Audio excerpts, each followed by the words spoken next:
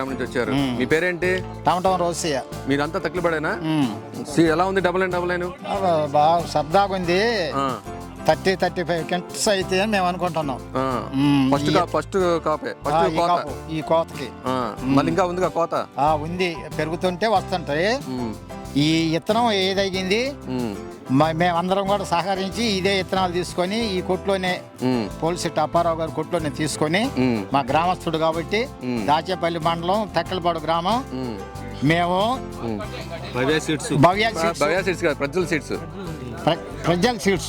Shop పేరు భవ్యానా? భవ్య shop వారి ప్రజల్ seeds లో మేము విత్తనాలు ఖరీదు చేస్తాము. ముందు కూడా ఇదే విత్తనం వేస్తాము. అసలు కాయ ఎలా ఉంది, చెట్టు ఎలా ఉంది? ఈ విత్తనం మేమందరం కూడా వచ్చి చూసినాం కాబట్టి ఇంకా ఇదే విత్తనం మళ్ళీ ముందుకు వేయాలని, మీద సీజన్ కి వేయాలని అనుకుంటున్నాం. అవును, పోయిన సంవత్సరం ఎక్కడ ఫీల్డ్ చూడలేదా డబుల్ నైన్? మేము చూడలేదు సార్, నేను చూడండి దాన్ని చూసినామని అనొద్దు. అవును, అందుకని అంటున్నా. పోయిన సంవత్సరం కూడా బాగుంది కాబట్టి రైతు వేసాడు. ఈసారి కూడా మీరు చూసి మొన్న హైట్ వస్తుంది. పూత కూడా చూడండి ఎలా ఉంది, ఇంకా పూత కూడా ఉంది. మెత్తదనం బాగుంది, బాగా ఆకు తక్కువలో అంతా సైజు పిందె, ఆ పూత బాగా గోడా పూత అంతా ఆకు తక్కువలో ఉంది. బాగా కాపుగా బాగా కాయ ఎక్కువగా పడుతుంది.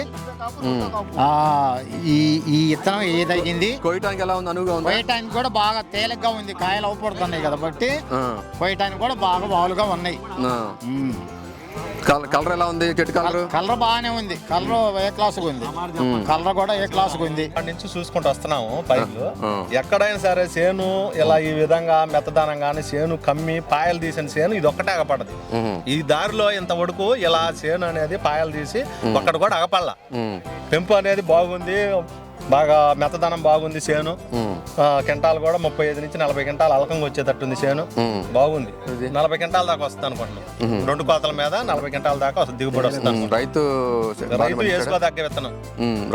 చేను పెంపు బాగుంది, విత్తనం పెరుగుదల కూడా బాగుంది, దిగుబడి కూడా బాగా అనుకూలంగా. రీసెంట్ గా తుఫాన్లు వచ్చినాయి కదా, అప్పుడు పంటలన్నీ లాస్ అయినాయి. పంటలన్నీ పోయినాయి, కానీ ఇది తట్టుకొని ఆ వానకు కూడా తట్టుకొని బాగా తట్టుకొని ఉంది. ఇబ్బంది లేదు.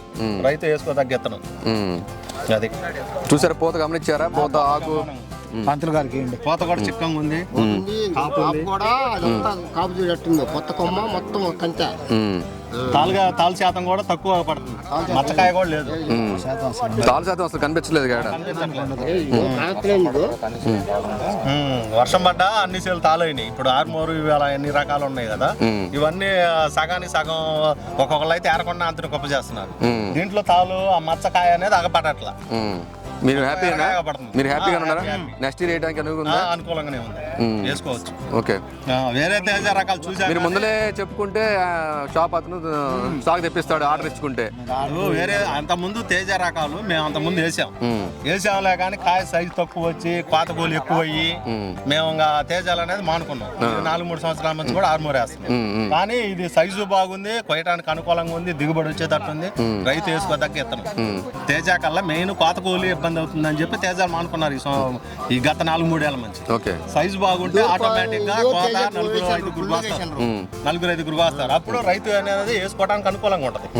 ఇప్పుడు ఆర్మూర్ ఉంది, 4 వస్తారు.